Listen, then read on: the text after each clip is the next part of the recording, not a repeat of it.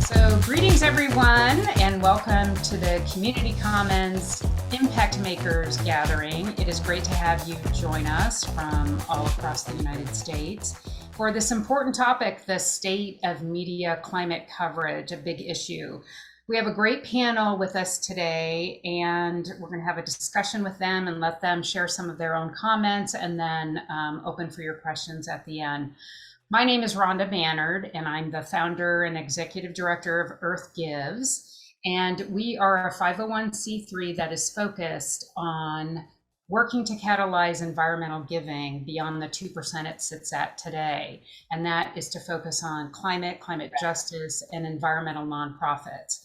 So these nonprofits that we're inviting to these kinds of sessions are literally at the front lines of the work, and yet they're being overlooked because if only 2% is being invested in their work, it's just not enough to scale the impact that they're working on every day. So that's why we're growing the first US-wide Giving Day solely focused on their work. And since my origin story is in the television news business, I know and knew that I needed to integrate the importance of storytelling into the work that we're doing at Earth Gives. And so that's why programs like this pop up. So for our community commons programs, we have heard that research tells us that part of the challenges that environmental nonprofits face is that it's a difficult story to tell. It's so complicated, nuanced, and layered. And the effects are long-term. It's not like, hey, I'm feeding a kid today and he's eating today. This is a longer term impact. So it's a harder story to tell. So I'm thrilled to have this panel and to dig into these issues. And in the spirit of community, which we're trying to build, a community of Earth Givers, Will Shoemaker here is going to facilitate today, and he represents Advocates for the West. And not only did he introduce me to Bradley and Nicole here today, but he has agreed to facilitate. So I get to sit back and just listen and learn as we go. So I'm going to pass it off to Will. And first, let me give you a plug. If you haven't already, as a nonprofit, gone to the website earthgives.org, we invite you. Registration just opened this week, and we're inviting nonprofits in to register for Giving Day 2023. So Will, let's take it away. Thank you, Rhonda, and thank you, Earth Gives, for hosting these conversations. I've enjoyed those that I've attended so far. I find them extremely insightful and helpful for the work that we do. And certainly thank you to our media and communications representatives for joining us today to share your insights. The longtime journalist myself, who has more recently transitioned into conservation communications, I'm very interested in what you all have to say, and hope that the rest of our attendees glean some powerful insights as well. So first off, we're going to take some time to hear from our guest speakers about their thoughts on the state of climate coverage and communications in terms of what they're hearing from readers, listeners, viewers, resources that are being devoted to covering the topic of climate and climate change, and how it's changing their own work, as well as some other insights. After that, we'll open up the conversation to questions and answers. So for our attendees, if a question comes to mind at any point during the talks, we'll get to as many of those as time allows toward the end. So without further ado, I'd like to introduce our first speaker, Nicole Blanchard. Nicole is part of Idaho Statesman's investigative and watchdog reporting teams. She also covers Idaho outdoors and various recreation, public lands management, and environmental topics. Nicole. I will, thank you. Yeah, so I have been with the Statesman for about 8 years and been able to see how things have changed a little bit in our coverage. When I first started here, we did have a dedicated environment reporter, and that was all that he did. And that unfortunately is no longer the case. I am the environment reporter and the investigative reporter and the outdoor recreation reporter. But I do see us looking more at climate change specifically. Last year, my newspaper dedicated a quarter-long project just to looking specifically at climate change and its impacts in and around Boise.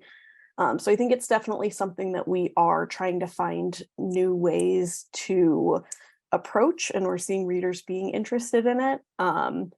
As far as the feedback we're getting, people are really interested in what affects them personally. So I noticed that, we get more luck or more readership or more interest when we are able to tie something that's happening with climate change, whether that is increasingly terrible wildfires, whether that's drought, anything like that, to how it affects someone on a personal level. And so that, I guess, would be kind of my advice as far as pitching and what you guys on the nonprofit side are looking for when you are coming to publications like mine, is to try and think of how we can tell a story to our readers about what it means for them in their day-to-day life. Thank you, Nicole.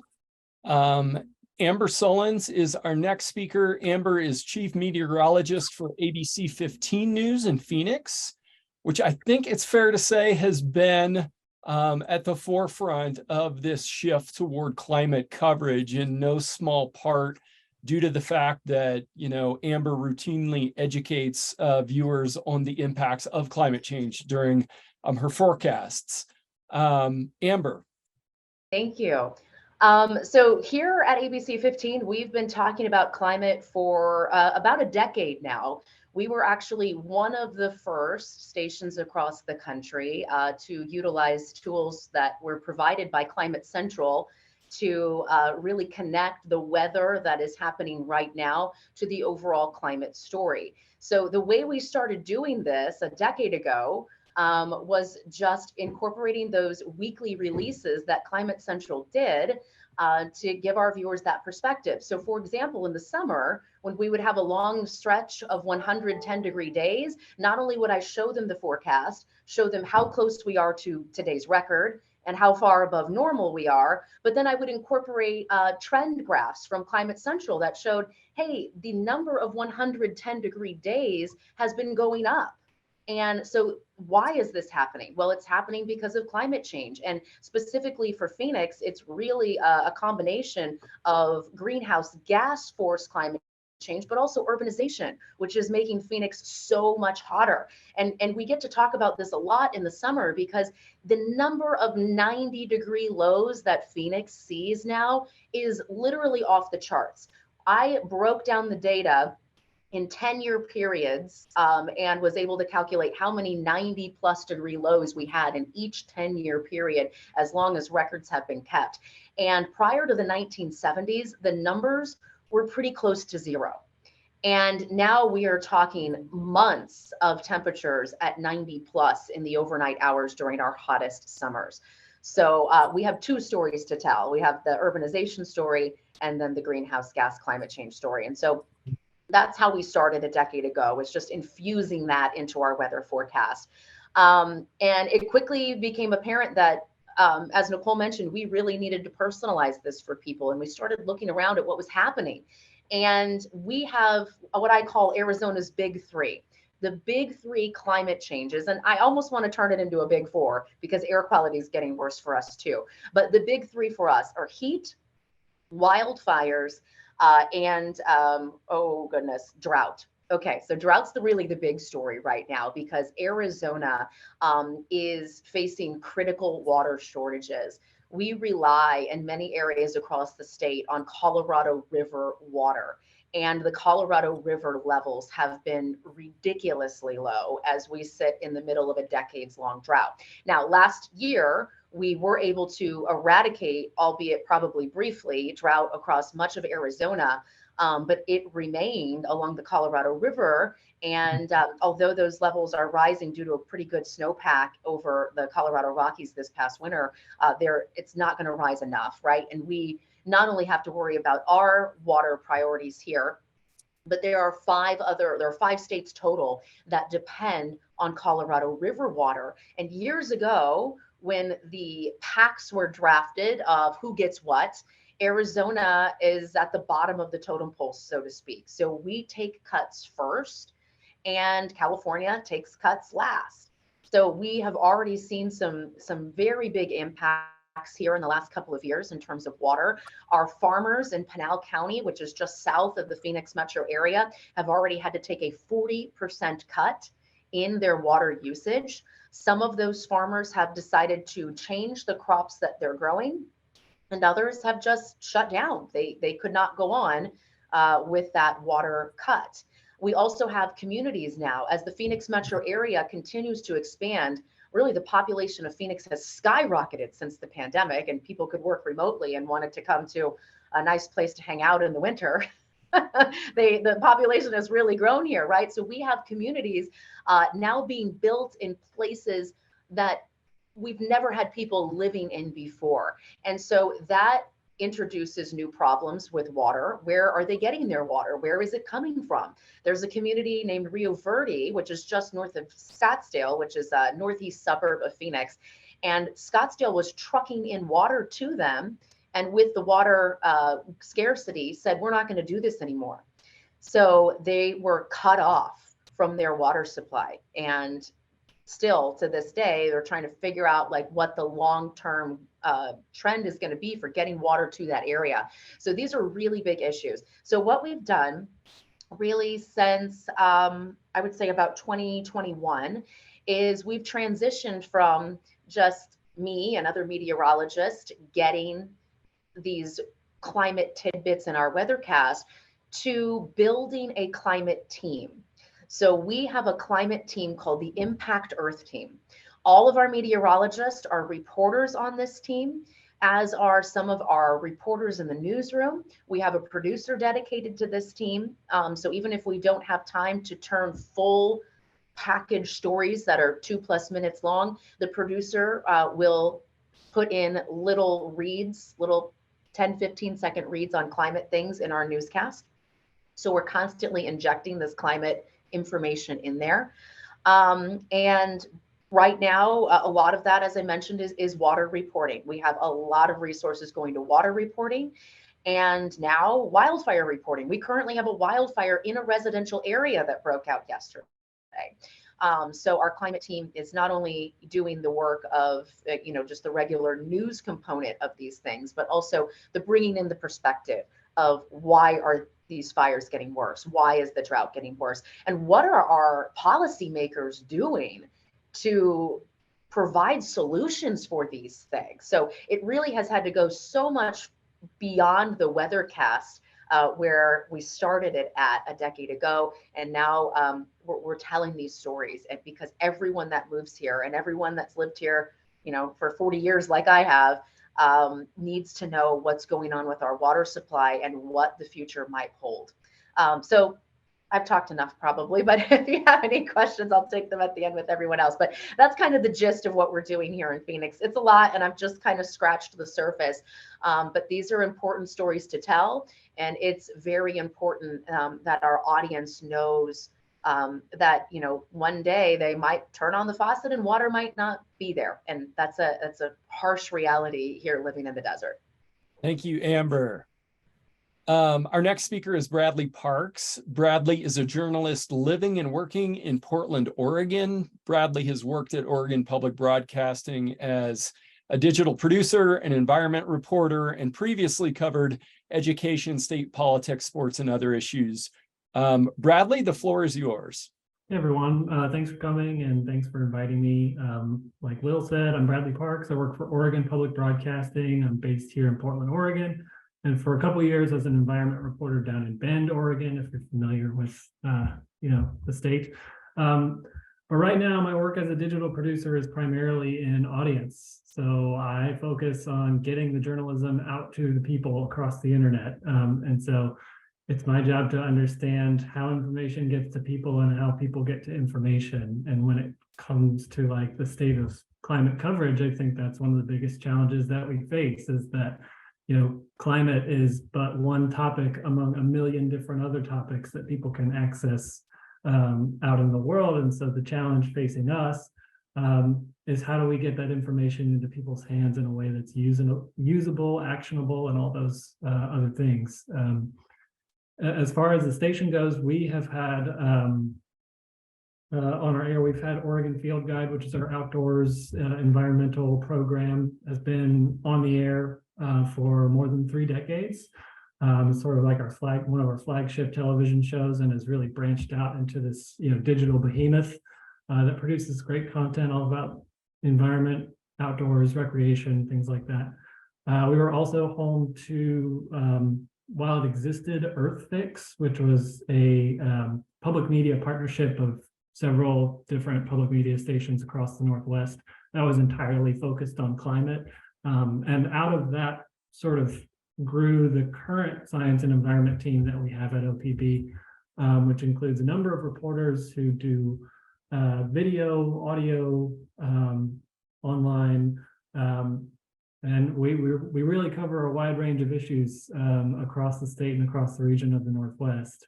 And I think our challenge now is, like I said before, taking that great, like hard-nosed outdoors environmental reporting, trying to package it in new ways, get it to people in ways that they can use it and things like that. So we've done, in recent years, we did the Timber Wars podcast, which was all about the Northwest Forest Plan, which was sort of this historic deal brokered by the Clinton administration that tore the Northwest apart for many, many years.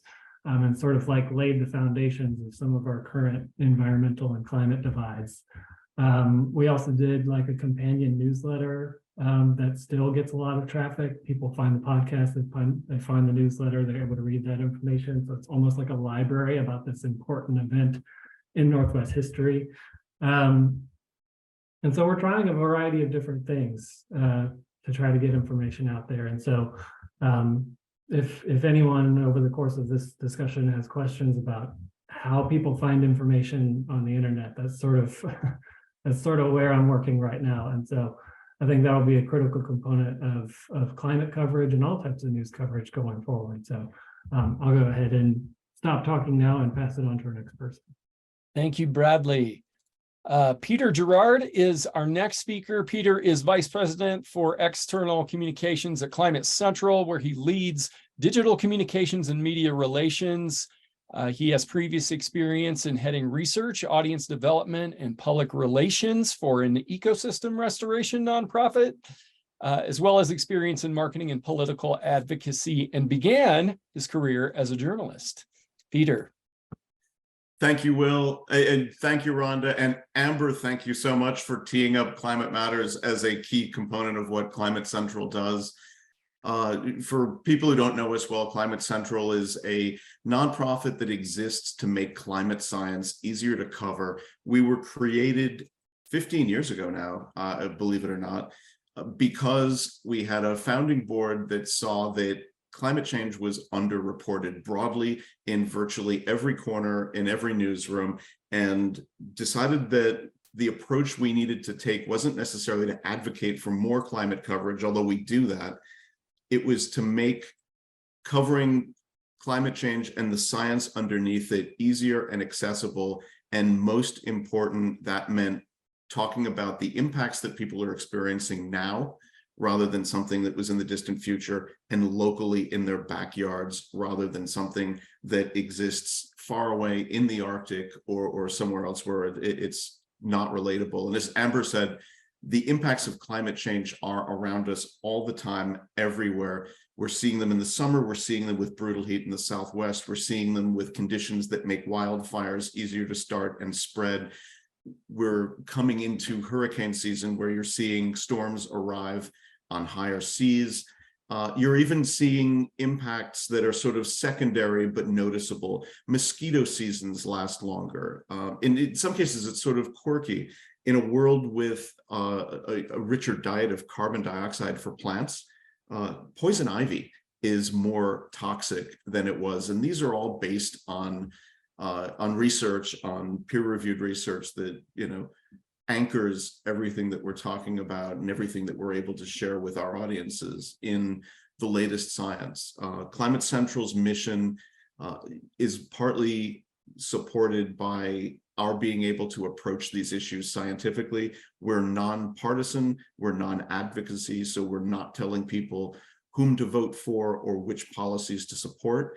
Our theory of change is that when audiences understand the science and understand the impacts, naturally they take an interest and form, the necessary groundswell to propel climate action in their world and all around us. The good news in some ways is 15 years later, one of the things we've been able to see, especially in the last 5 and 10 years, is an increase in climate coverage broadly, and especially in local news. So we're seeing that interest that Amber described. We're seeing the curiosity among audiences. We're seeing the recognition that the impacts of climate are, changing the way people are living and forcing them to acknowledge new truths and find new sources of information. We're also focusing on solutions. It's tough to deliver bad news all the time without letting people know that there are solutions, that there are, even beyond mitigation, stopping emissions, which is of course the only long-term permanent way to address these. But when you're talking about ways you can adapt, when you're talking about things that planners can do to keep their citizens safe and keep economies running, we like to cover that as well. And one of the most hopeful things we can say about the climate crisis, which there's no way to exaggerate it beyond its truth. This is existential. It is something that actually shapes the future of humanity. It's also the biggest solvable problem humanity has. We actually know how to deal with this. We have technologies. We need to build the political will, and hopefully the work that our colleagues in the media are doing right now to help people understand what's happening around them is a big necessary part of sort of winning that support. So that's what I got. That's our story. Well, I think I'm going to jump in with a question. I'm like, this is so great. Well, first of all, Peter, that was really interesting because in my first TV gig, it was in Mississippi, and I got poison ivy from my cat.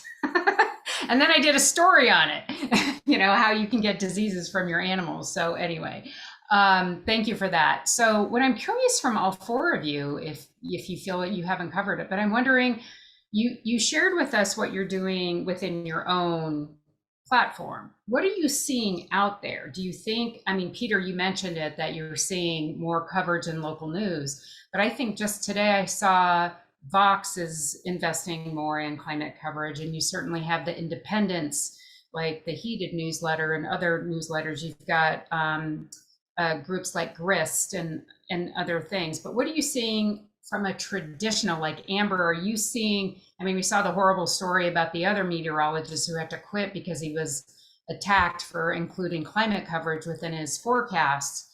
But what are you seeing out there from your colleagues, whether it's in Arizona or meteorologists across the country, and even from, a national perspective? So what are you seeing, Nicole, from other newspapers? Do you know from, what are you seeing as it mixes up on the larger platforms? I'll start. So Local Media Association, they have formed a climate collaborative, and we are also a part of that collaborative here at ABC 15. And so they have really invested money into us collaborating on climate stories across regions, across the country, across different types of media. So we have newspapers involved, radio involved, television involved, and we're coming together and having monthly meetings to discuss what's happening in the area, what kind of climate stories we can cover, how we can help each other out. So, really in the last decade, this has kind of grown exponentially in terms of the will to cover it and the resources to cover it. And so we're just hoping that that is kind of also driving will and resources in the community to help solve it. I think on a national level, I'm really excited to see that there are a lot more publications, especially like online newspapers, that are specifically dedicated to covering climate and climate issues. And I think that kind of helps fill some of the gaps where local newsrooms like mine maybe don't have the kind of dedicated resource that we did have in the past. And I think that gives us an opportunity to hopefully, like Amber was saying, partner with some of those people and collaborate on coverage to bring more of a local angle to it. I don't know if any of you were able to attend the Society of Environmental Journalists conference here in Boise earlier this year. But a lot of the focus of that, of the panels, of the workshops, of a bunch of the tours that we did there was on climate change and how that's impacting really every aspect of our lives. And so I think that a lot of journalists are thinking about this, and we're getting tools to go back to our newsrooms and hopefully be able to bring this to our communities. I thought I saw a really interesting indicator of a trend earlier this month when you had wildfire smoke pouring into New York and eastern cities. And a lot of the questions that came to Climate Central immediately focused on what the climate change connection was. And for me, that was one of the first times that I saw something that wasn't an obviously climate-driven story about heat drive curiosity and even the assumption that there was a climate connection. And I think that's a really important note, because increasingly, I think both audiences and the journalists that are curating information for them are sort of first asking when these natural events or unnatural events in some of these cases occur, what's the climate connection? In this case, it's not as clear cut as simply the world's getting hotter, but you don't have to look far to find them. Yeah, as far as like things that are happening nationally, like we at OPB, we're like, our bread and butter is focusing on local and regional. Like we broadcast across Oregon and Southwest Washington, a little bit into California, and into Western Idaho. But I would say we're able to pull audience up by focusing on things that affect them. And we're sort of at a crossroads for a lot of different climate things, much like Amber mentioned earlier. We got our big climate things, we got water, we got fires, we got forestry, all those sorts of things. But we also benefit as a public media station being part of the NPR network. And so if we do have local stories that resonate with our audience, there are occasions where NPR is like, that might resonate with a national audience. And so they sort of call up, I guess, to the national audience, and they got millions and millions of followers, people who listen across the country. So you can get an OPB produced story that airs on, All Things Considered in New York, or airs, I've had stories that have aired on NPR. So that's one national partnership that has been really helpful for us to get local climate stories out to a broader audience. There's also, we've been a part of the ProPublica local reporting network, where ProPublica, this big investigative, newsroom, they sort of basically like loan out their resources for our local reporting expertise. And we've done a couple of projects with them about the privatization of the timber industry here in Oregon, and another one about the network of salmon hatcheries that have sort of been propped up to save an endangered species and aren't really working. And so we've done these long-term investigations on these really important issues with the extra muscle provided by a big reporting outlet like ProPublica, with, like I said, sort of the local expertise that we have here. And so those have been really beneficial partnerships, not only to enhance the coverage that we're already doing, but also get it to new people. Thank you all for weighing in on that. I want to ask a follow-up question that deals with language. And, I think it's fair to assume that language has shifted. The lexicon that we use when we're talking about climate change has shifted, say, over the last decade or two, if we want to go back a little bit further. Any examples you might be able to offer about how that's changed, or even like how you might in your own work grapple a little bit with the language that you use in talking about this topic? So when we started talking about this about a decade or so ago, I was really hesitant to use the term global warming because that was a really loaded term here in the red state of Arizona. And, we kind of got the sense that as soon as somebody heard those words, either they would tune out or they would get enraged and then write in. And so for a while, we talked about these climate issues without that term. And for a while without even the term climate change. I will say though, with all of the wonderful work that's being done across the country and really showing the impacts of climate change, that I feel like those words are not as loaded as they used to be and are kind of safe again, even in red states like this. Having said that, I don't think that we need to kind of beat people over the head with it, but rather showing them what's happening instead of saying, this is climate change, this is you, this is because you drove your car and he drove his car and we all drove our cars and we love to eat meat and all of those things. If we can just kind of back up and provide perspective and solutions, I feel like we get a better response. Yeah, fellow red stater here in Idaho. I definitely agree with everything Amber said. And I think the solution in a lot of those cases is just to point out and say, we can show you data that shows how our wildfires have gotten larger over the last several decades. We can show you data that shows how our fire season has changed. That's always super helpful. That said, we did a climate series last year and we called it Idaho's Changing Climate. And we tried to be straightforward about that because we think it's important to not kind of allow people who aren't interested in the facts to change the narrative. And we got some blowback from it. And I think it's a challenge that we're still trying to navigate in places like Idaho, and I'm sure there are other states. I don't know if any of you remember a couple of years ago when our new governor, Brad Little, was sworn in, he mentioned climate change and it made national headlines that he had even acknowledged that it exists, because it is not used in like science standards here in Idaho. So we're definitely still fighting that battle in some parts of the country, and it can be difficult to navigate at times. It's a really interesting point, and one of the things that we've mentioned, and this is kind of a drumbeat, and we've really seen change, is that there is increasing acceptance of climate change, the term, the concept. One of the factors behind it is that people feel it. And I think increasingly, and unfortunately, it tends to be on the back of serious events, major storms or huge wildfires or heat that, is actually killing people.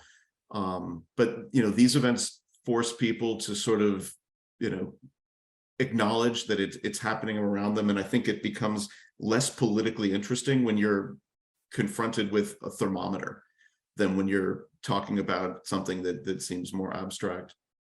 I was going to say one of the terms that we've not landed on yet and have sort of explored, different ways of approaching is that source. Like, is it emissions? Is it pollution? Is it carbon? Because you can very easily wander into the science and wander into language that can feel unapproachable when you talk about the specific origins of, the factors, greenhouse gases that are causing climate change. And we've lately noticed that, the word pollution or terms like carbon pollution are becoming more common, rather than telling people about carbon dioxide and about a host of greenhouse gases.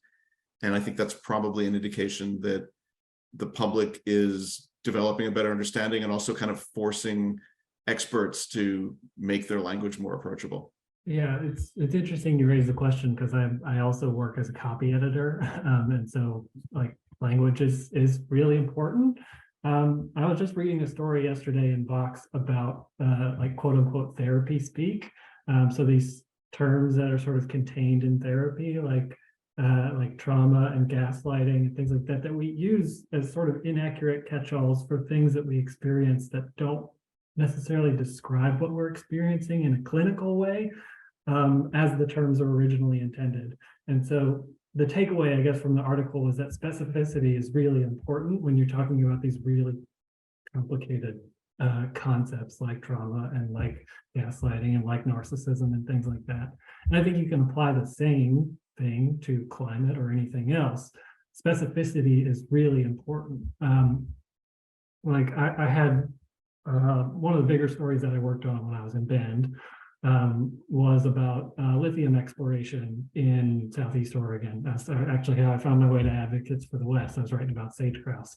But anyhow, it's one of these really, really complex stories because it's like, do we save the planet by digging up the earth? Save the planet by destroying the environment, basically. And so like the terms around mining and the terms around like, they were really unfamiliar to me, really unfamiliar to a lot of Oregonians. And so it was really important that I try to not take those terms at face value and like dig in and get underneath them and ask people what they really, really mean. Because if you look at any like number of mining terms, it's really freaking complicated. And so you benefit from trying to get as specific as possible. And then people can relate to specificity, these sort of like generalized ideas that don't necessarily offer as much specificity. It's easy to say like, oh, I'm against that or oh, I'm for that. But if you get like down to like really like almost get in the weeds a little bit and then try to explain it in a way that makes sense. That was always what I tried to do in my reporting is like get as far down in the weeds as I can and then like come out breath of air and try to explain it in a way that's understandable. Very helpful. Thank you all. We certainly want to offer the opportunity for some of our attendees to ask questions. If you all have any questions about something we've discussed so far, or perhaps we haven't discussed yet. Yeah, this is Lou here. I work for a conservation nonprofit based in Bishop, California, the Eastern Sierra Nevada region. And my question is whether any of your news outlets are working with Spanish language or other ethnic media to get your message across to communities of color, because especially with regard to the Latino community, a lot of them are impacted by global warming and climate change because they do outdoor jobs like in farming.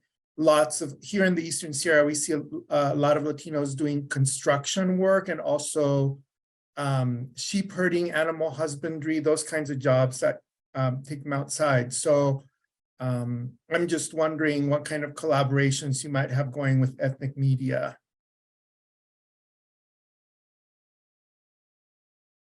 Yeah, that's a great question, Lou. It's definitely something that we think about here in Idaho. We have a pretty sizable Hispanic population. We have a Latino issues reporter. Unfortunately, she's not focused just on that. Like I mentioned, people in our newsroom are kind of doing double and triple duty. So she's also covering some city government. But exposure to pesticides, exposure to smoke, exposure to extreme heat, those have all been some common threads that we have discussed and covered in Spanish. We're really lucky to have a local Hispanic student internship that has brought some really great Spanish speaking reporters into different Idaho newsrooms that was founded by some former statesman reporters. So it's definitely something that's on our radar and something that we know we could be doing better, and that I think we are trying to get the infrastructure in place to cover more comprehensively.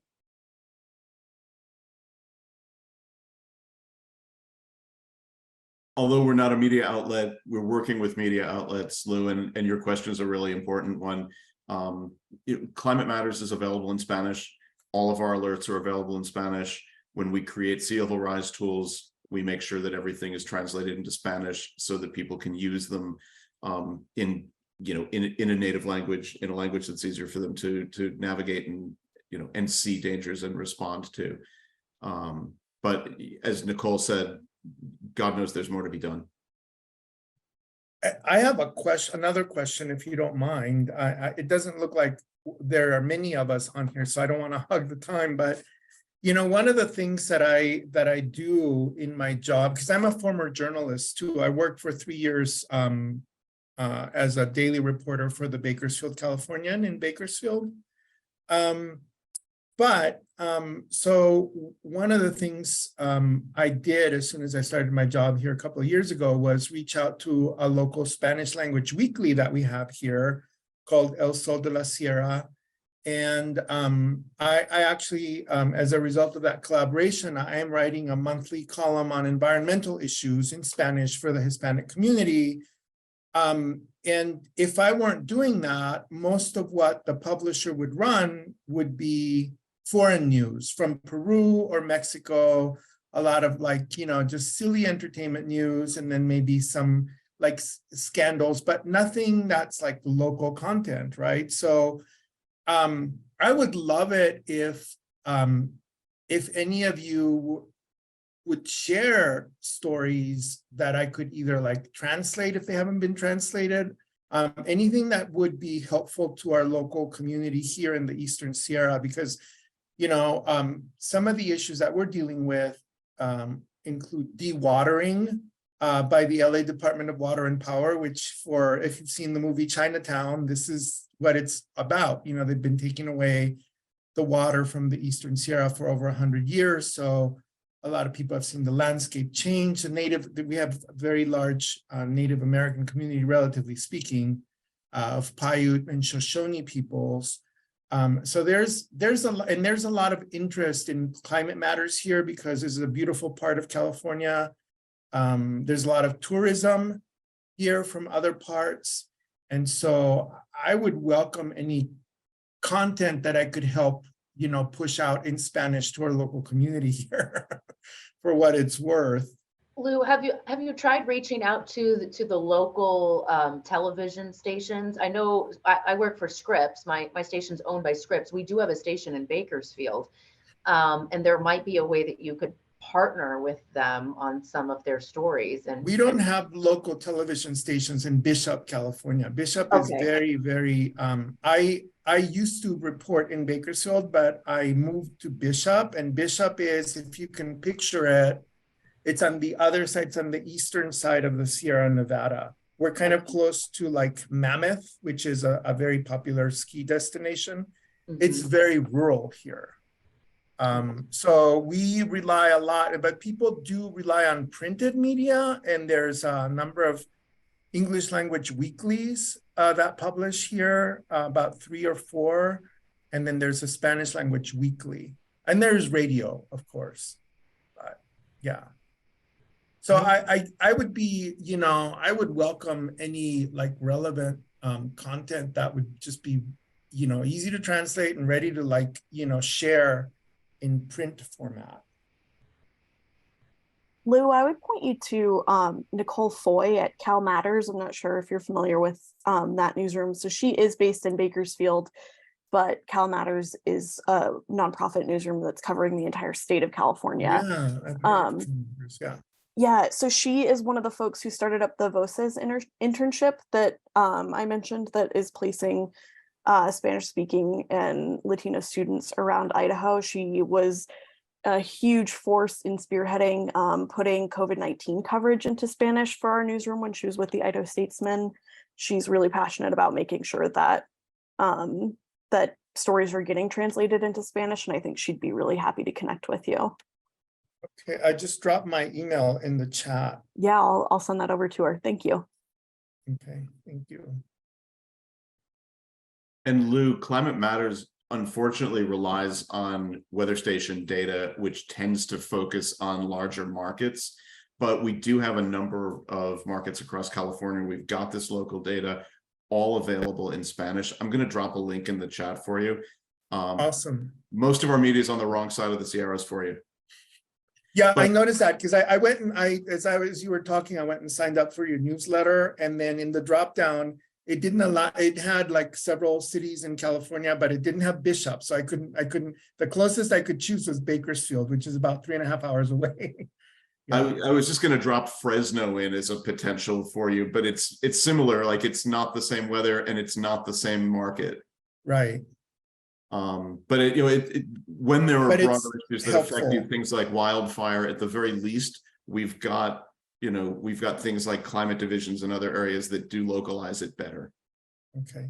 I think Nicole, I think you've used some of our wildfire material that uses those climate divisions, which can be a little arcane, but at the very least, it does localize. I have, yeah, it's been really helpful.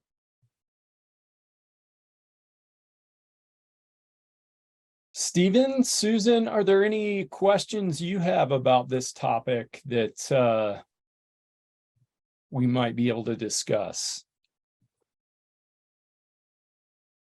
Mostly, this is Susan. I'm mostly listening in to understand because people in Michigan think they are not going to be touched by any of this. You know, we have all the water. You guys can't have it, blah, blah, blah, that kind of thing, you know. But I'm from a conservancy, so I'm trying to think about how land issues can raise some awareness. Just trying to learn, you know. I have a board member who is very passionate about this, and she's doing what she can. I guess then we could jump to the question, Susan, for you is how can nonprofits be a resource to general media, not necessarily you specifically, but also there's meteorologists in Michigan, you know, there's different reporters. How can we best serve them with our knowledge? Could I divert that question for a second? I'm married to a geologist, and he just says, you know, you guys don't understand anything. You don't have the right perspective, you know. And there's some truth in that. To piggyback on what Rhonda asked there, I certainly, this is like the age-old question for me as a communications director. I think, like, how can we work in partnership with media to serve as a resource, even if it's not pitching stories per se, but, you know, helping connect the dots, provide information that's useful, etc. I think for me, what has been most beneficial is like number one, knowing that the folks that I'm dealing with, they're honest brokers, you know, that they're going to tell it to me straight, basically, and are, you know, not necessarily like this relationship goes the opposite way. Like the people that I worked with when I was in Bend, I wasn't always coming to them when I needed a story. And I think vice versa is important too, like having communications folks not always come to me when they want me to cover something that they're doing. So that was really important as far as the one-to-one relationships that I had with folks. The things that were also really helpful, because I was working on a lot of stories about public lands, timber sales, mining claims, things like that. Those are really hard to navigate. And so having knowledgeable people who are able to sort of like I'm always keen to go see stuff. And so having people who are willing to go show me stuff, and not just stuff that, you know, they want me to see, but just go show me the stuff, like walk a timber sale, walk a mining claim, and like answer questions along the way. Those things are really, really important. It takes a more significant investment of time and energy, but I think the stories that we were able to produce as a result of going out together, of learning together, and like being curious together about things, I think the stories came out better because I wasn't just calling you on the phone and looking for a quote. It was like, we're going to go out and we're going to like camp out on BLM land together and, you know, try to stake out sage grouse, or, you know, go find this, you know, remote mining claim or something like that.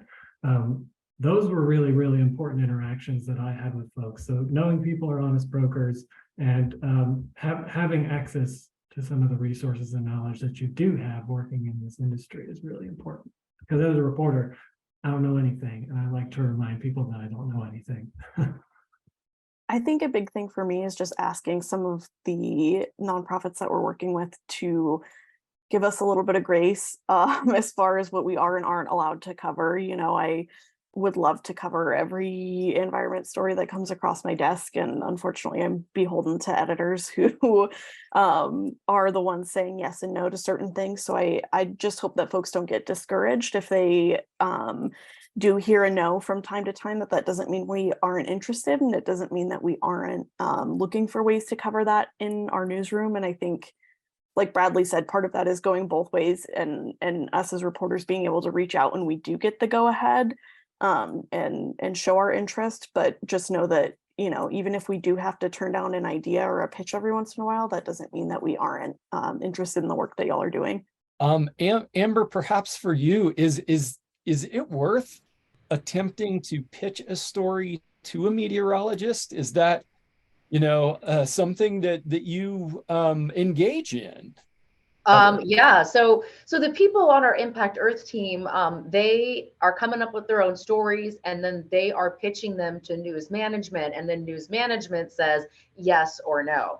So yes, I think it would be beneficial to engage with meteorologists.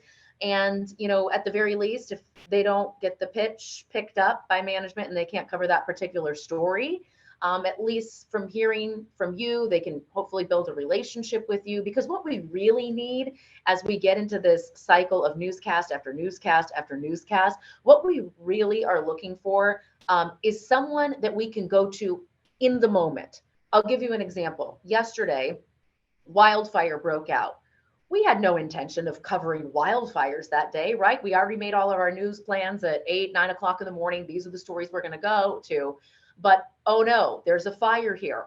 Okay, now we're going into extended coverage. Our entire 6 o'clock newscast, an hour-long show, was nothing but this fire. And we need someone to go to, someone who will say, hey, when you're in a breaking news situation on whatever it may be, wildfires is the example here, I'm an expert for you. Call me. I'll talk on the phone with you in this breaking news situation. So for nonprofits, for any of these groups, if you have a expertise in a certain area, then I would definitely recommend making those connections with meteorologists or reporters, or even just calling the assignment desk to local newsrooms and just saying, hey, can you add me to your Rolodex? I'm an expert in whatever it is. And if you ever have a breaking news situation on this, I got you covered. I mean, another example would be last week we had a conference here for the American Meteorological Society. While that Titan submersible accident happened, we actually had a woman at the conference as a guest who has been down in these submersibles and knew everything about it. And so she said, hey, if you need an interview for your news station, I'm your girl, you know, just call me and we'll talk about it. And so those things are really beneficial for the TV side, because we often do not have as much time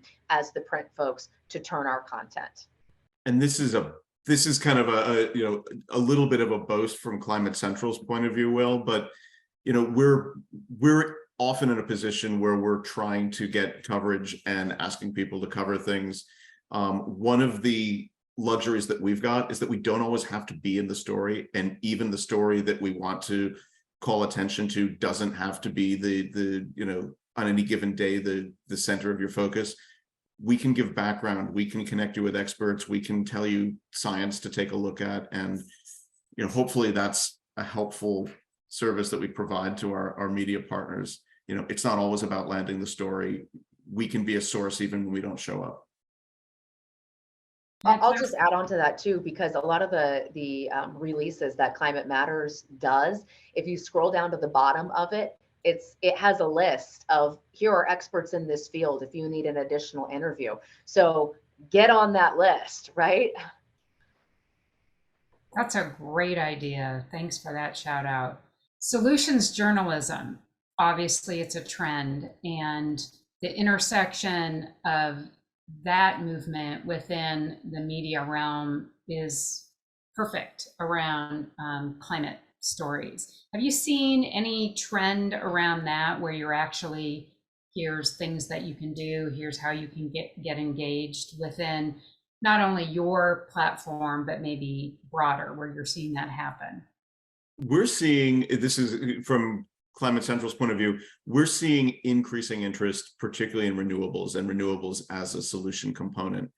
And we've been able to offer some information into it, but it's one of the areas that I think over the last 5 and maybe even a couple of years, we've seen more and more audience generated curiosity about. And so it is driving coverage. We're definitely seeing, more than we did even, as I said, 4 or 5 years ago. Yeah, I would say even just looking to the Solutions Journalism Network and seeing how broad that has become, and how many newsrooms they're trying to bring in, it's clear that it's something that people want. And I think just anecdotally, we've noticed in our newsroom when we're able to give people a feeling of some kind of control or some kind of hope or positivity, like that really does resonate with people, especially when you've spent, the last couple of months telling them how we're making all these mistakes in the way that we're handling certain things. It's nice to give people something that is optimistic to look at. This is a topic that really kind of hits home for me, because we had a very close working relationship with Solutions Journalism Network when I served as editor of a small town newspaper here in Colorado. And I've often struggled with that Solutions Journalism Network connection to climate, because it's always seemed to me that policy is really, what is the answer for, addressing the problems that we face with climate. And solutions journalism often seemed to work well to me when it was much more locally focused. So you've got this like very, clear dissection almost between like the thing, that's really going to move the needle and the, underlying kind of solutions journalism concept. I'm wondering if you all have seen or tried yourselves to really bridge that gap between, national policy, perhaps even like global policy, if we're talking about, efforts between nations to address our climate problems, and the solutions that are seeing on the ground. Like, are you at all trying to make that connection, between this certain policy, will have such and such an impact in a way that affects you, and the things that matter to you? I'm curious what your thoughts are on that.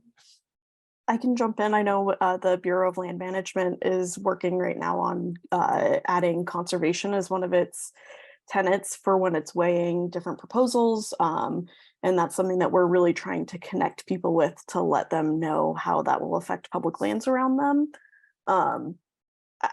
Unfortunately, I think policy is one of those things that makes a lot of people's eyes kind of glaze over, and you do have to meet them where they're at and say, we held an event earlier this year talking to people about how climate change is impacting their garden and what foods maybe they were able to grow in their backyard 30 years ago that are just not working anymore. And I think being able to talk to people on a one-on-one level, we held a small community event with some experts. We found that even more successful than I think a lot of kind of those broader stories that can seem a little bit overwhelming when you're talking about something like policy that people can really shy away from.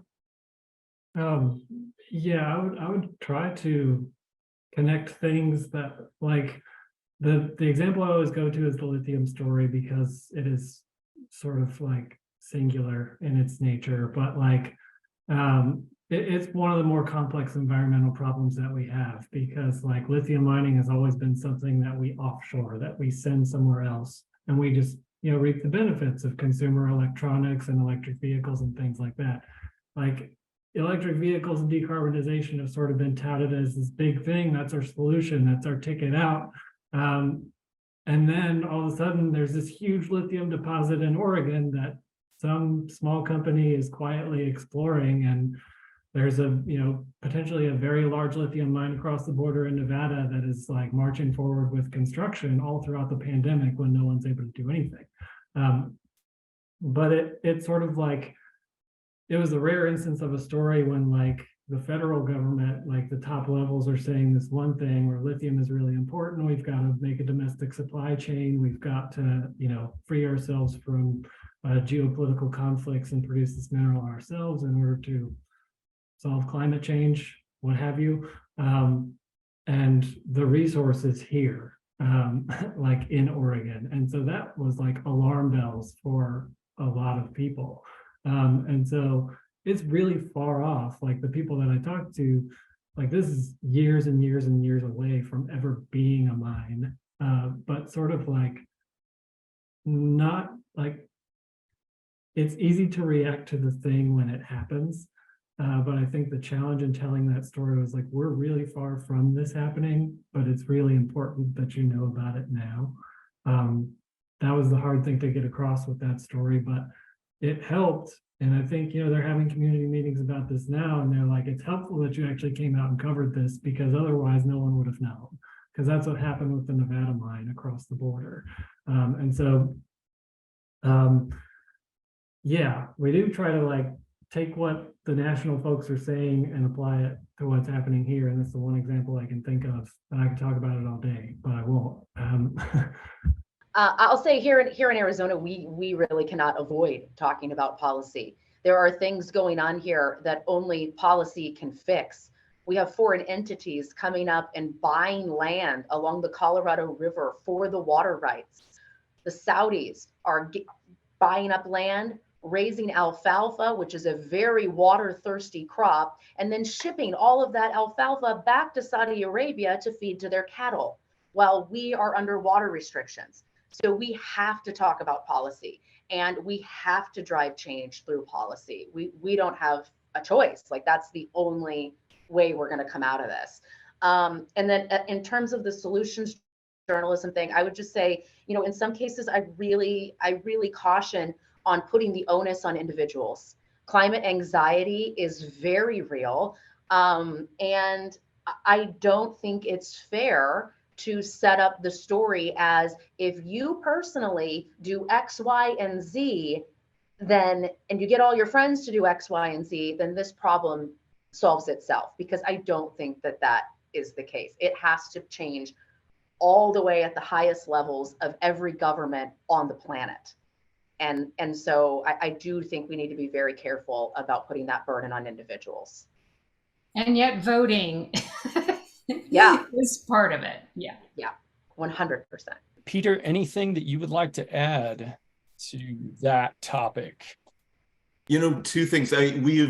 We've had success getting people to sort of picture their role in a solution by doing things like highlighting their community's increase in renewable energy production. We've been able to, through research that we've covered, connect things like job growth and future job growth as a result of policy changes. But I really wanted to echo something that Amber just said. There's always the question about what can I do as an individual, and you always want to answer something because we all want to be part of a solution and part of something that's taking action. At the government, at the industry, at the corporate levels, those are where the biggest changes can be made. Those are where the biggest impacts are happening. And I do think it's important to make sure that individuals know, yes, and voting is a key part of it, Rhonda, but individuals should know that, the true action, the things that make the biggest difference happen at the highest levels. Your eating a sandwich did not cause the climate crisis, and your recycling is a really good idea and you should do it. But the slow progress we're making toward cooling the planet down is not because you're failing to do that. Well, thank you all for your insights. This is, it's been an incredible conversation, very insightful for me personally, and I hope for our attendees also. Thank you, Rhonda. Thank you again, Earth Gives, for hosting this. Thank you, Nicole, Amber, Peter, and Bradley for joining us and sharing your thoughts. Super helpful, super powerful. I will pass the floor over to Rhonda for any final remarks. Well, thank you, Will, for facilitating, and all of you who attended and all the folks who will be listening to this recording. We really appreciate you. Storytelling is critically important. It's how we build connection, and it's how I think we inspire action. So I appreciate all of you at the front lines in the media ecosystem that are doing this important work. So thank you so much for being part of the June Community Commons Impact Makers, and we wish everybody a good rest of the week and happy holidays. Thank you all. Thanks. Thanks, everybody.